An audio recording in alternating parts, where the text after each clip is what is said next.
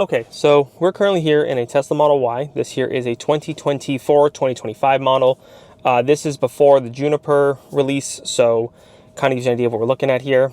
My plan here is to drive completely autonomously, or as little as possible, interacting with the wheel, to the Toronto CN Tower. This is probably going to be a lot of highway driving, but my plan is also to do a follow-up video, also in some city driving, talking about some of the topics with FSD. Both my experiences currently and previous experiences with the system itself. Now, to confirm here, we are currently running software 12.5.4.1, and it is currently October the 17th. So this is also a couple of days after the big We Robot Elon Musk launch. So let's see how this is all going to turn out. Okay.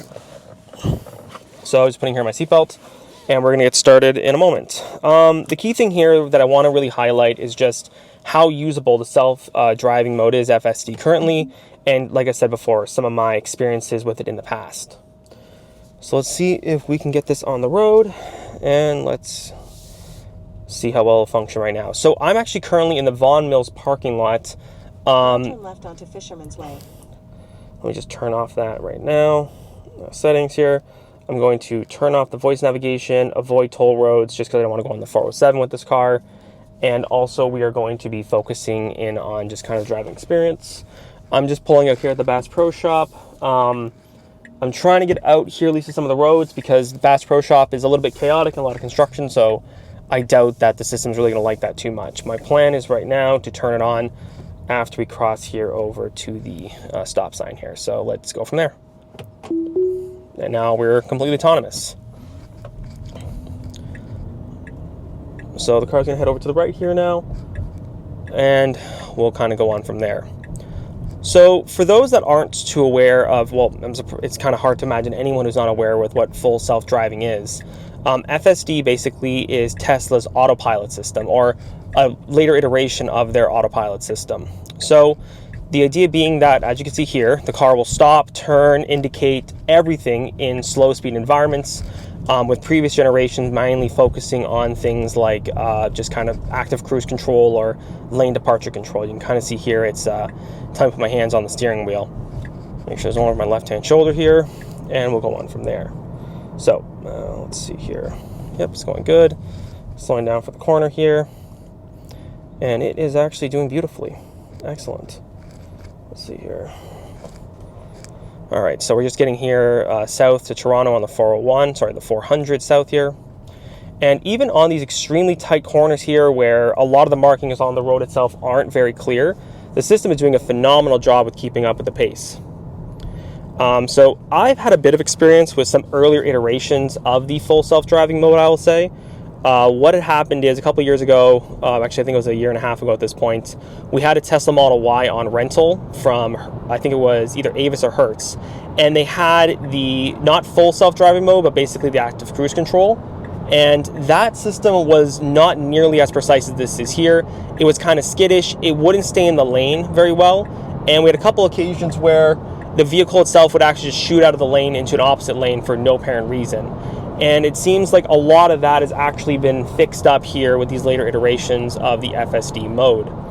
So with this current FSD mode, you know, the car itself is doing a great job of keeping track. These lines here are for construction. We have a lot of vehicles diving around, but looking down here at the screen, you get a really good idea of what's going on around you, and you really get a good idea of what the car is currently trying to do and think. So you do get that confidence level that I feel like you wouldn't normally get in other vehicles, especially with full self-driving, as a lot of them that I've experienced kind of have a little animation on the screen, kind of showing what the car is looking at, but nowhere near as good as this, at least I've experienced.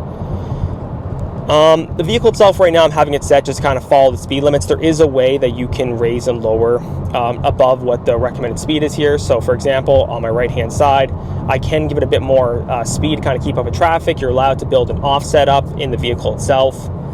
And yeah, it's doing a great job here actually. One thing I will note, though, that I have seen when I'm driving, well, when I'm letting FSD do its thing, is the car accelerates very quickly, a lot quicker than I think you would imagine. And I get the feeling it does that because when you're at an intersection, a stoplight, a stop sign, it's trying to basically get ahead of everybody before people start kind of muddling in between each other. Also, from a couple of occurrences I've had before, it's not the biggest fan of double left-hand turn lanes, which we have a lot here in Canada, especially in this area, where you have two turn lanes going left, or especially one here in Markham that I live. It's they have two turning lanes, and the middle section is actually taken up by a metro lane. So the system doesn't really like that too much. I've had it stop before in the middle of turning left because it doesn't know where it's going. I don't blame it too much. It's a very complicated intersection to kind of get going and understand. For the most part, though, in my experience, like right now, the system has been pretty much flawless the entire time. I will say, though, that if you are wearing a baseball cap, the camera that is up there that usually tracks your eye movements doesn't necessarily like it.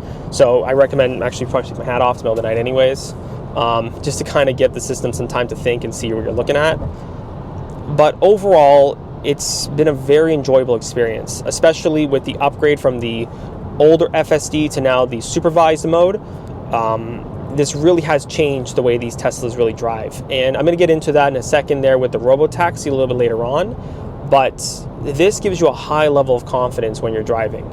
Right now we're kind of on the highway, so it's probably going to be a fairly smooth ride for the most part. So I'm just going to kind of go over some of the history of full self-driving, some of the history of Tesla and this whole automated system that we have here. For the most part, FSD, or full self-driving, was originally conceptualized by Elon Musk back in like 2013, I believe it was. It's when it was first mentioned. And this is also around the time I believe that Google was prototyping out their self-driving car.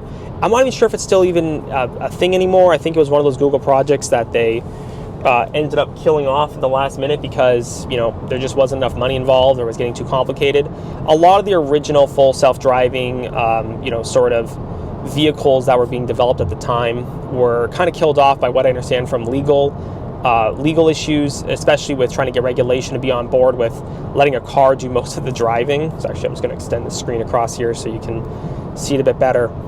But anyways, over time, slowly but surely, different iterations of the autopilot, full FSD, autopilot plus started rolling out. The one that we know of today especially was in 2020. That's when kind of the beta for the full self-driving mode came out. There was a few high-profile incidents where the automated cruise control systems at the time ended up resulting in fatalities, primarily with hitting a barrier, and one also infamously hitting a truck that was crossing the road as it didn't notice it. And there's been videos online constantly, especially the older software of the system itself. It wasn't very good in certain weather conditions. It had problems on some very tricky roads, or in some cases, it wouldn't see something, and instead of stopping, it would just drive into it. So, they've spent a lot of time. Apparently, they were able to massively improve not only the hardware, but the software, of course, to make full self-driving just far more safer and better for everyday use. The big change, though, that happened with FSD is when Tesla decided to remove its radar or ultrasonic sensors. Before, in the Model X, I believe in the Model S, they had ultrasonic sensors in the bumpers that acted as, radar systems.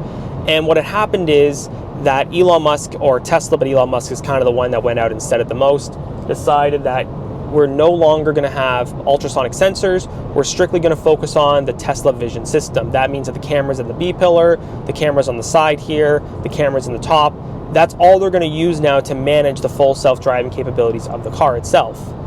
And what ended up becoming a case of it was that there was a massive uproar. A lot of people basically said you're going to kill people with this problem, with this removal of these features. Of the hardware, because now you're relying strictly on the eyesight of the cameras, not on ultrasonic sensors that have the ability to see through things like fog, rain, certain weather conditions. Now, the complaint was that with too many systems interacting with each other at the exact same time, okay, let's see what it's going to do here. It's getting over, it sees that car, I see it. That was perfect. That was excellent. What ended up happening was, though, that the whole complaint that they ended up having was that the full self-driving mode was actually getting very confused when it came to, okay, we're going westbound here on the 401. We're heading into an off-ramp here, so I'll take a second and just kind of focus on what the car is doing. Sees the car in front of me. Okay, I have a warning up here for 50 kilometers an hour for larger vehicles. I have someone on my right-hand shoulder here, and let's see what it's going to do here. Okay, just got my hands to grab the wheel in case something pops up. Car passes me on the right side. Ooh, nice BMW X5M. Older model, but really nice car. Okay, the car is going to accelerate now, looks like. Let's see what it's going to do.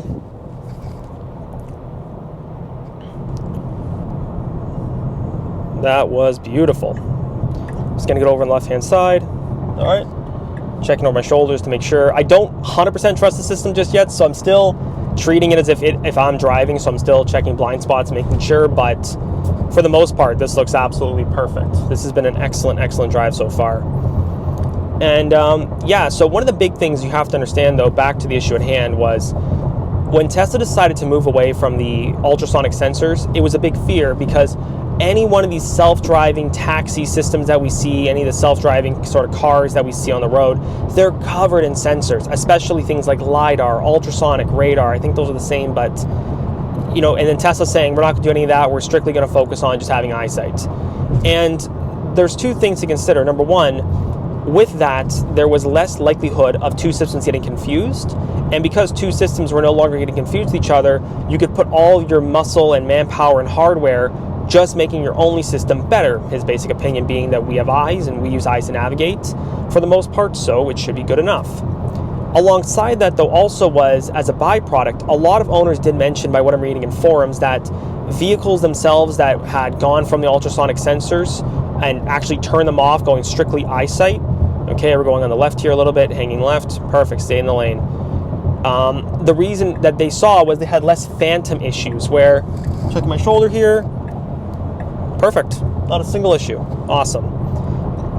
Is that they had less issues with phantom stopping all of a sudden, with the vehicle changing lanes on them randomly, so it looks like overall the full eyesight mode worked.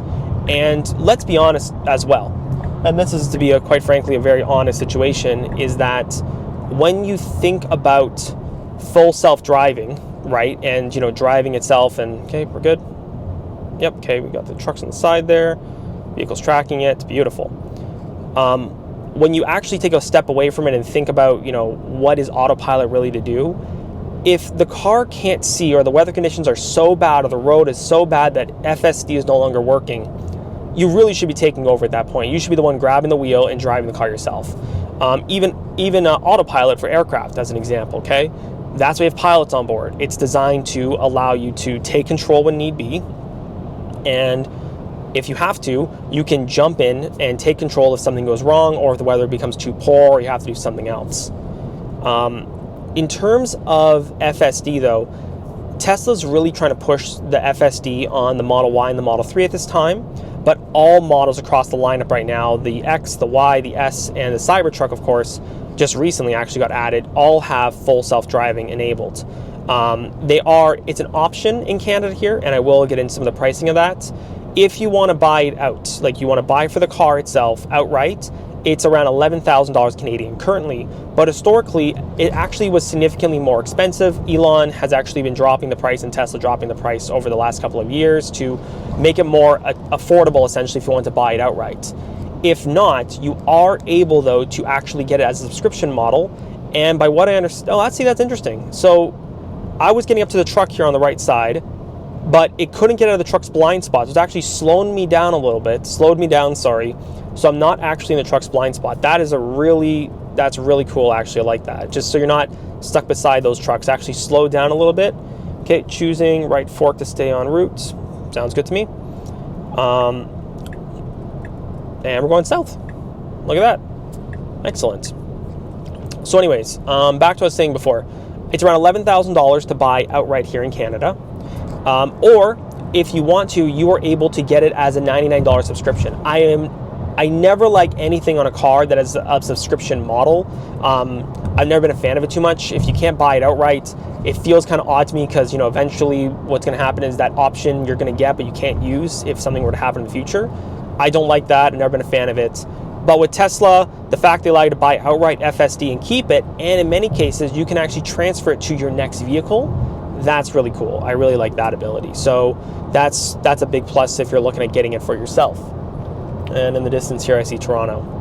Now, one of the big things though with the vehicle that I've personally really enjoyed is that, with this whole FSD is, although we're on the highway right now, on the next video I'm going to try to spend some more time in slower speed traffic areas and more residential areas as an example. But if you are deciding to get a Tesla with full self-driving, now it's a little bit confusing, and I'll be honest here, because from my research, you are technically able to buy any model 2018 and newer Model 3, and you can actually have it upgraded by Tesla for around $1,000 to $1,500 to actually upgrade the hardware in the unit itself. And I'll make a correction in the video if that's completely false. If it is, I'm sorry about that. Again, all the information we're discussing right now is of October 17, 2024. So in a couple weeks, couple days time, everything I'm saying right now, even if I put the video out, may all be incorrect. So just be aware of that. But in any case, one of the big things though that I really do like is that when you're sort of driving these cars and when you're kind of getting involved, sorry, let me go back, I'm jumping ahead of myself here. When it comes to the Model 3 and I believe the Model Y, you can get a hardware upgrade that will take you from the older versions of the computer system that manages the full self-driving. It all uses the same cameras apparently still. That seems a bit confusing because when I talked to the rep at the dealership, he said that's not something they offer. It may have been for a short period of time, but it could be available, it could not be available. Tesla kind of has this thing where you kind of have to go talk to the service advisor, and they weren't in at the time. It was just before closing that day. But yeah, just something to consider. If you want to buy an older Model 3 or Model Y, you can still have the full here FSD. Good teeth. But in any case, yeah. So right now, currently, the full self-driving mode is only available here in United States and Canada, and I believe also in Mexico as well. The big thing to remember, though, is that around the world, this mode is and isn't available in certain regions of different capacities. One of the big issues that has been noted, especially in the EU, has been lawsuits around some of the deaths that have occurred or accidents that have occurred because people assumed autopilot meant the vehicle was no longer needing human interaction. One of the big things that has happened over the years, and this is well known and documented especially, is that there have been situations where people have essentially, there's a classic video of a guy sleeping in the back seat of his Tesla and the Tesla driving itself, because at the time they didn't have a way of monitoring the driver, we'll say, or they didn't have that in place. We've seen other videos too of vehicles where they'll put things up on their windshield, they'll sleep in the car. A common one is they'll put a weight on the steering wheel itself to keep the car in autopilot mode without needing any interaction. Don't do that. There's a reason why the system wants you to take over control, because maybe it doesn't feel confident. I have driven FSD in a Model 3, the new Highland model, and that one was amazing. Even in the pouring rain, system was completely fine in autopilot mode, didn't have a problem. Now this is still a 2024-2025 Model Y, so we don't have the Juniper model out yet. It's, we know it's coming. There's been leaks about it for months now. People have been seeing the videos of it, not videos, but people have had photos of the new taillights coming out and everything like that. So it's only a matter of time until it's here, let's be honest. So I think for the most part, that's pretty self-explanatory. But in any case, here we have about 11 minutes left here on the drive. So this has been a fairly rudimentary drive here on the highway. Not too much in terms of sort of taking some side roads and side streets. But you know what? Actually, let's do a little change here. Let's see how this thing does. I'm going to go to settings here. And, okay, clicking the left on the bridge here. Let me just double check. We're good. And let's see. Okay, I don't think I actually have the ability to turn off. Yeah, see the system telling me to grab the wheel a little bit here. I didn't actually put any pressure on, I just had to grab it. But it's doing a great job, so that's phenomenal. Yeah, 100 kilometers an hour in a corner, and it's totally fine. Okay, I don't think I can turn off highways on this vehicle.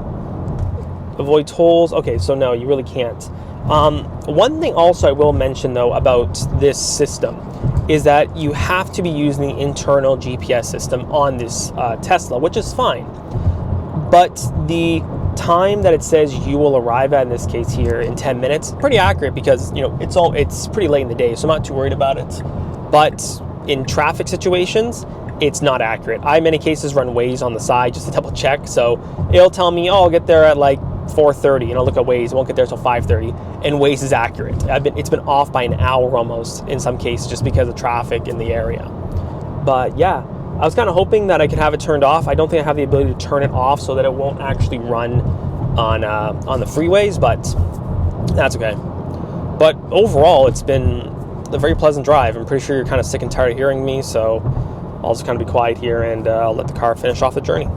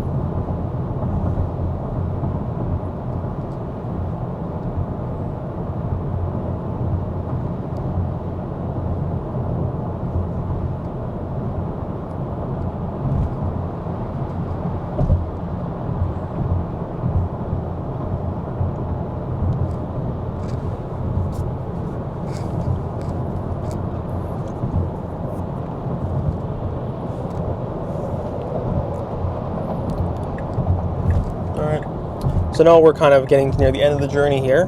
I promised I'd stop talking, I lied. So just as a side note here, while you're kind of driving along, the vehicle itself does have some other modes available while it's in the full self-driving environment. I believe that you can do a assertive mode, you can do an average, and a chill. I just leave it at average. It seems to be pretty good for that. Aggressive is it'll follow closer and make quicker lane changes. But in this case here, I'm just going to leave it and kind of see what it's going to do next for the most part here. So yeah, it's been I mean, this is what's great about the full self-driving, at least from my experience of it so far, is I love to drive. I really am someone who just finds any opportunity I can to just have fun and drive. But with that being said, it's extremely nice, I'll say it's extremely nice though that when you're just in traffic, you're just stuck in gridlock, you can turn it on and it'll just kind of figure itself out. I really hope that eventually we're going to have here the ability to, for example, be able to sit here, read messages on your phone, text somebody, maybe catch up on some news on your phone or emails. That to me will really be the next game changer on this. But yeah, for the most part, I don't think so far I've touched the steering wheel once. I've touched it just to kind of, just because it was telling me to, but I never had to overcorrect or jump in, so that's awesome. One more thing too I've noticed is the speed limits here. We passed the sign, good, catch the car there. I can't tell if this uses the signs or if it uses Google Maps to say what the speed is, because it's 90 here, but it's still showing 100, and I'm going with the flow of traffic, so I'm not going to touch it.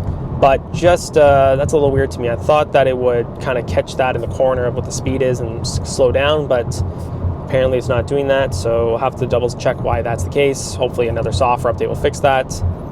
One other thing as well, when it comes to, another thing I noticed too, and this is not really a fault of the vehicle, I noticed this just earlier today, it's not the best at reading certain signs. So for example, no rights on red.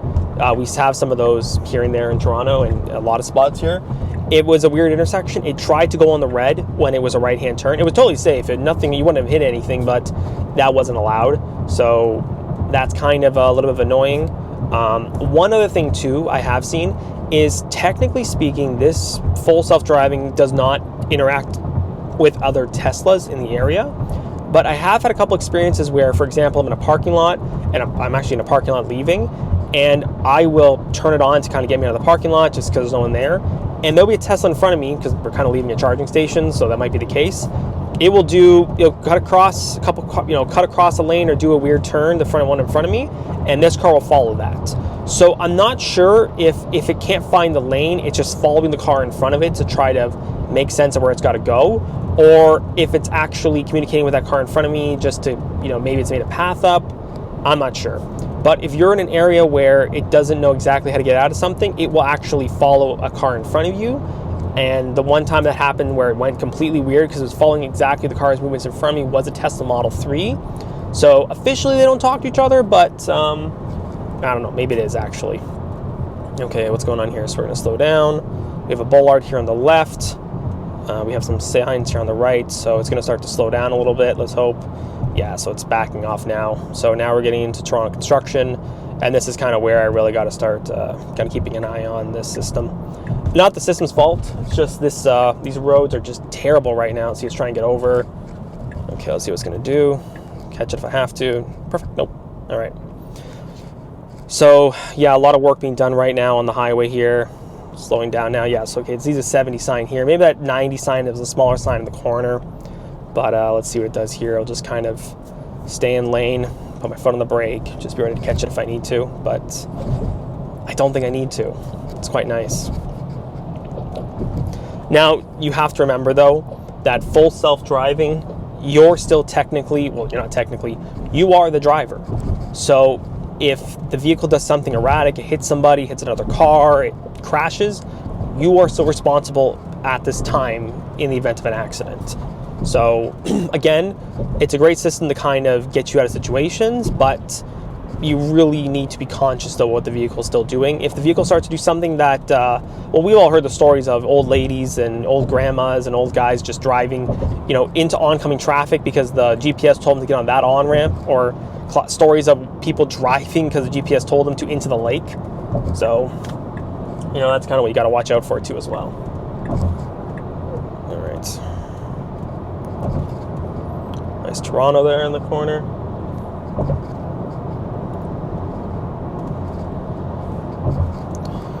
Okay. Yeah, see, it's going pretty quickly. Let me back off here a little bit on the speed because there are a lot of... Oh, what's it doing? I wasn't touching. That was just me slowing the car down a little bit, so I took it down to 90 to match, but that jumped really quick, actually. That was surprising how quick that jumped over to that lane. Okay. So now we're going to get into some of the more trickier aspects of Toronto. Let's see how it does. It's slowing down quite aggressively, actually. Now, this is the part where I'm pretty sure I'm going to have to grab the wheel from the system because it's this is where things get a little bit... dude, what are you doing? I'm slowing down, okay? Yeah, okay, it's slowing. I had to take over. The guy behind me is losing his shit. Okay. And I got an aggressive driver behind me on this ramp, so I'm just going to turn over here and get around him. Oh, great. Missing bumper and everything. Okay, that guy's got a missing bumper, so I'll just assume whatever happened there.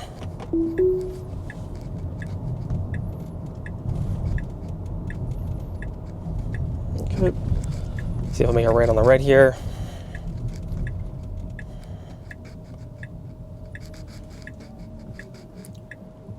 Okay, what's it gonna do?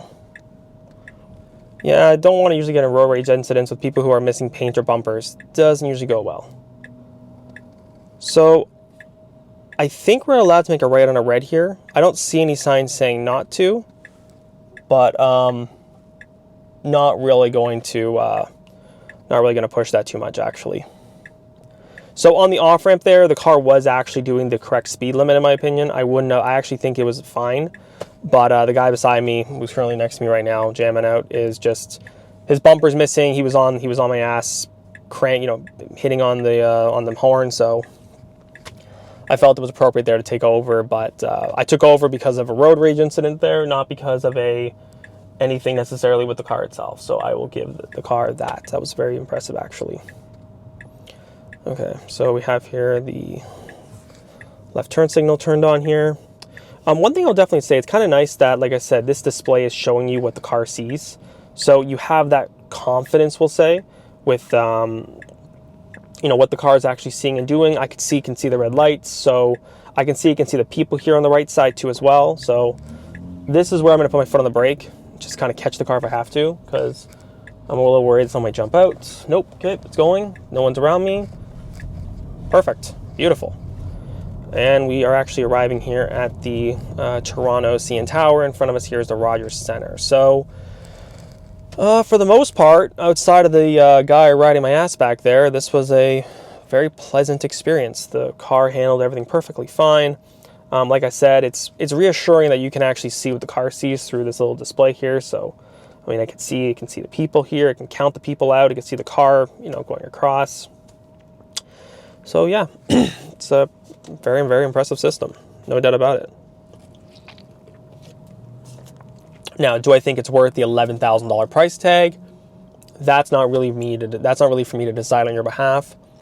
But what I will say though is that the fact there's a $99 a month subscription you can pay, which equates to basically like almost 7-8 years of ownership of the car, then my opinion on the matter is I would say yes. I would personally get it. If you're just getting the car, you don't want to spend the money right now, it's fine. You can add it, you can turn it on later on.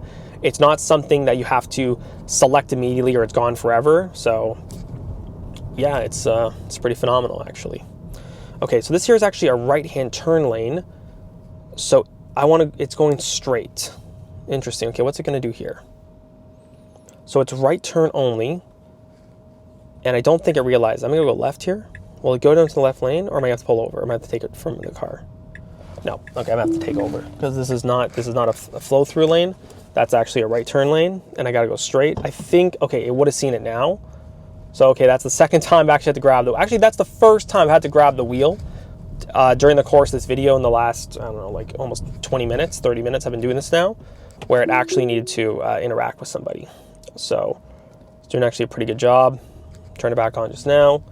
And we go from there. Okay, looks like not sure if something going on today, but we got a lot of activity going on, a lot of people stepping in and out of traffic, so the car's tracking it all. Got people doing TikToks. We got vendors on the side of the street here. We got blacked out limousines, so the car is doing a great job actually at this. Okay, so where's it going to go now? Okay, I see what it's going to do. So it's going to turn around right here. It's going to try to pull in here and kind of park itself. Okay, let's see where it's going to go. Okay, I don't think it knows where it's going. Oh, okay, it's going here to the Metro Plaza. Interesting. Okay, that's fine. So let's let it pull in, and then we'll turn around and end the video there. So yeah, close enough. I put the CN Tower in. We drove past it. We're actually pulling in right now to the Metro Toronto Convention Center, and we'll go on from there. Let's see what it's going to do. Oh, we have people crossing. Car is slowing itself down. Cross any slower, I guess. Okay. And I would say that this was a successful drive. So, yeah. All right, I'm going to kill the video here, and I'll pick up this in part 2, where we're going to be kind of going over just some more urban driving, we'll say, and go on from there. Perfect.